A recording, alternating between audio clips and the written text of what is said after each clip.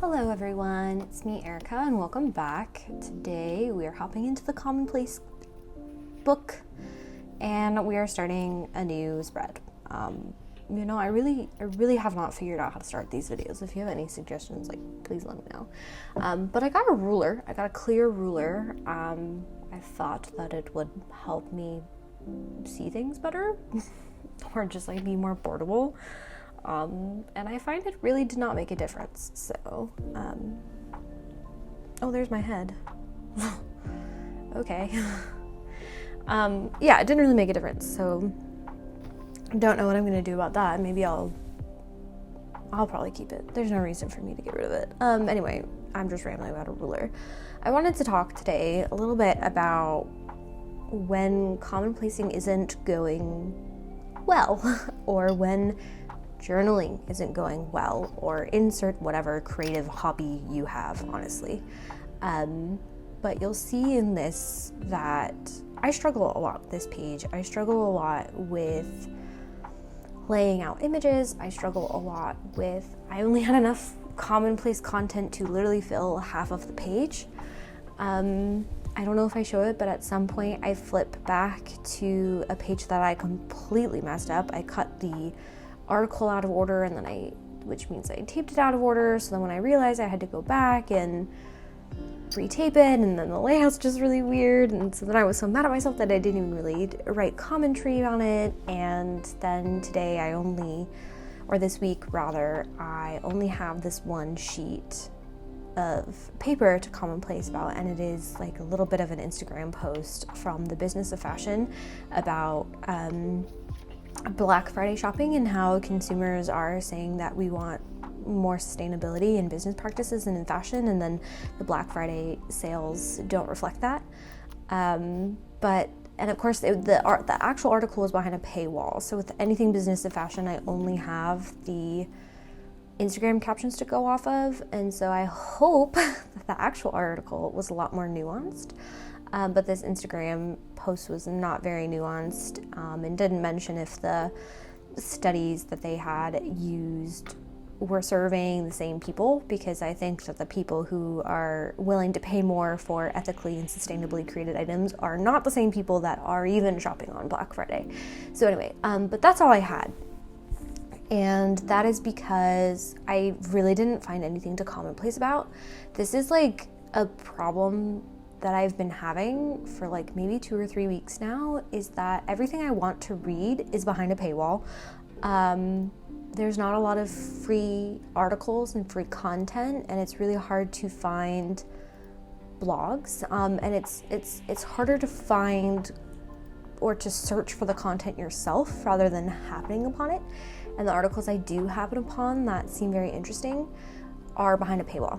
And then the stuff that I find interesting that is word-based or text-based that I want to commonplace about is also, a lot of it's from Tumblr, and a lot of it is about witchcraft and spirituality and new age, metaphysical stuff and all that. And I'm and that I think I would need a tagging system for. I currently don't have a tagging system because it's, it's not anything that I'm using for past reference per se. I'm more so just kind of interacting with interests and hobbies, and I might flip through for fun and review it, but and it's also one book. I have pretty good memory, so I don't need to flip back, but I feel with all of that, witchcraft, spirituality, metaphysics, religion, herbalism, gardening, all of that kind of goes hand in hand, and that I feel I would need tagging for. And so I'm oh, should I create a new commonplace for that that's specifically for that, or do I include it in this one and then only tag those? And I just feel very confused for the first time since starting my commonplace book, about what to do, what direction to take it, if I need to separate it the way I separate my spiritual journaling from my kind of day-to-day journaling. Do I need to separate my spiritual commonplacing from my everyday commonplacing? And what happens when I don't have stuff to commonplace that is not spiritual, and that maybe I don't want to talk about on the channel? What do I do? And why is everything behind a paywall? Because everything needs money, and people deserve to get paid for the words they write. As a writer, as a freelance writer, as a copywriter, I totally support and believe that, like, we should be getting paid.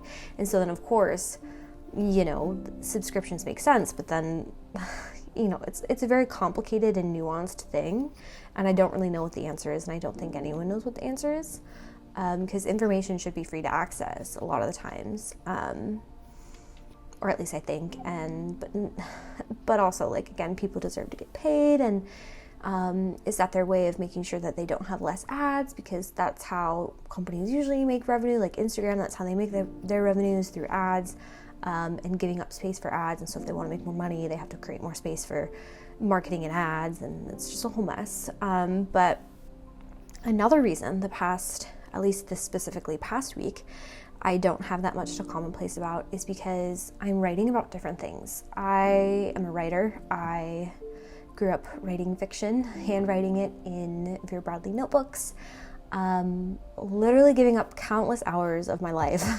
unimaginable hours, to handwriting literal books, and not like 50-page stories. No, like 230 handwritten page books of like 8.5 by 11 paper. And that's what I grew up doing. I grew up a writer. I grew up storytelling, and I still do that for a lot of fun. I have queried agents before for finished books, and I've been reading a lot more, and I do one day hope to be published, but it's one of those where the energy doesn't feel like it is quite time yet, so I'm okay with that.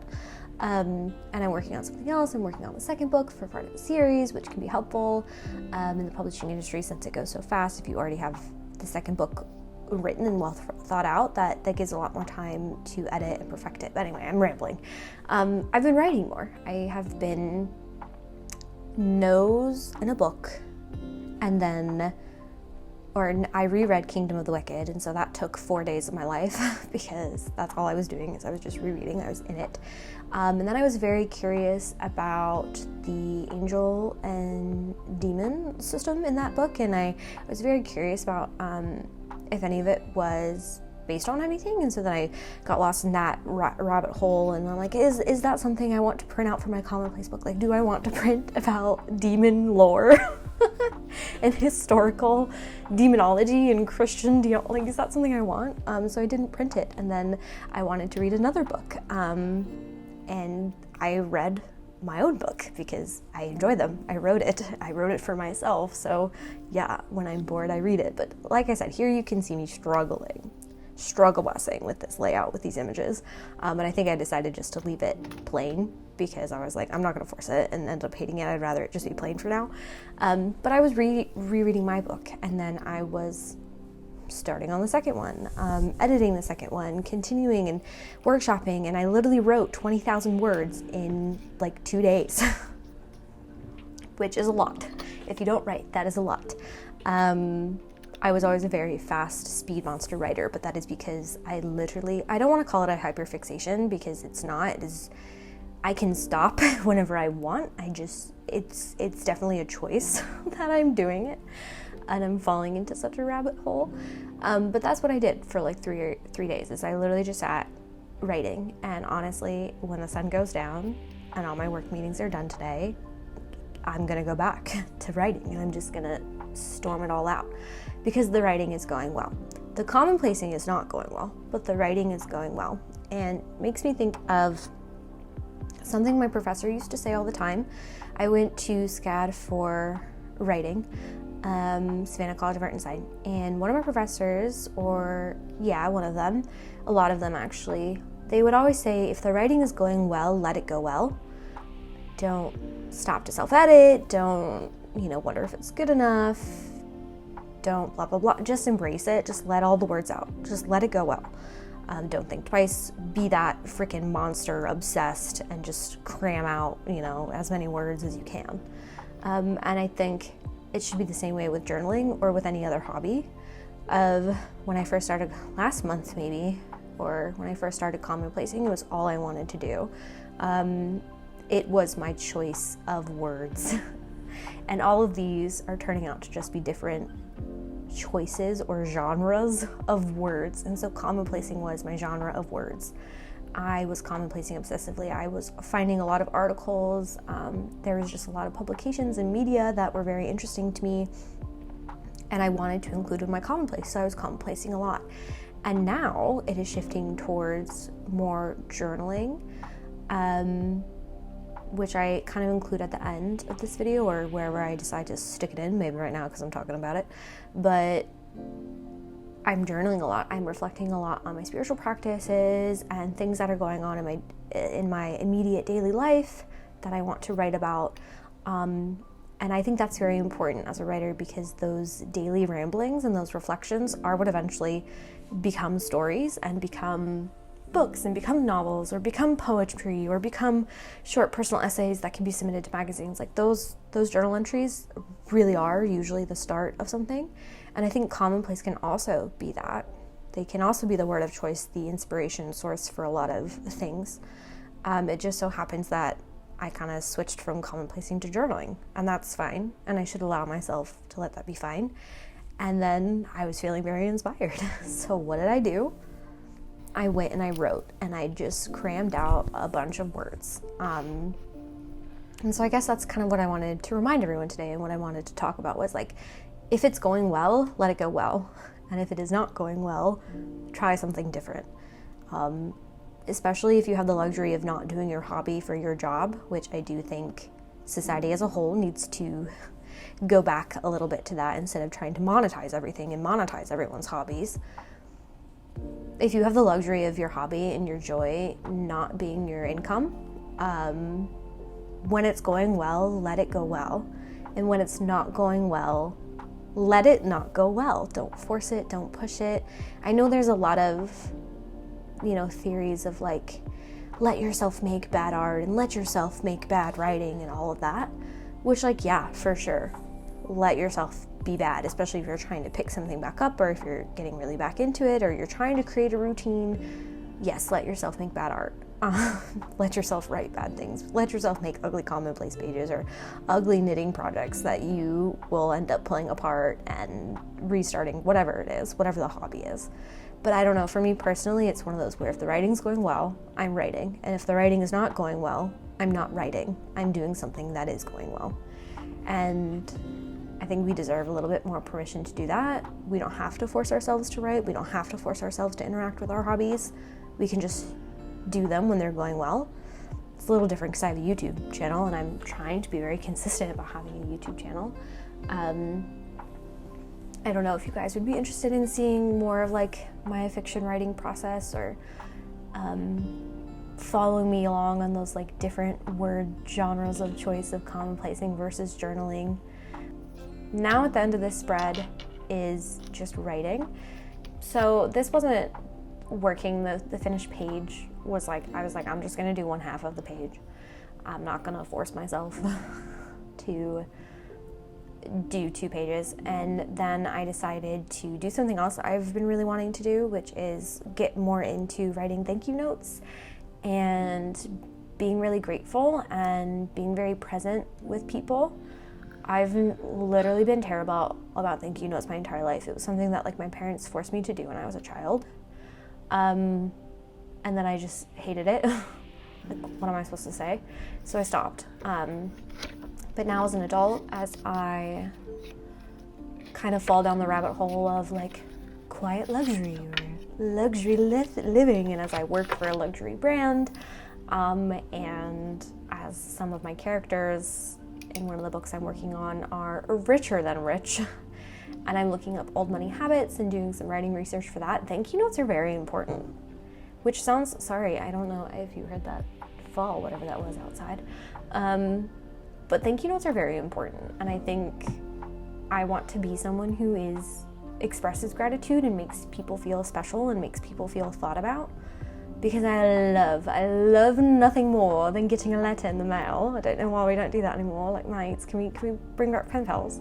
But I love getting a letter in the mail. I just can't explain it. And I've had friends, and one of my old roommates says I'm like a vampire because I handwrite notes. When I mail people packages or presents, I handwrite my notes. And so I was like, if I handwrite presents, like, why don't I just like send letters?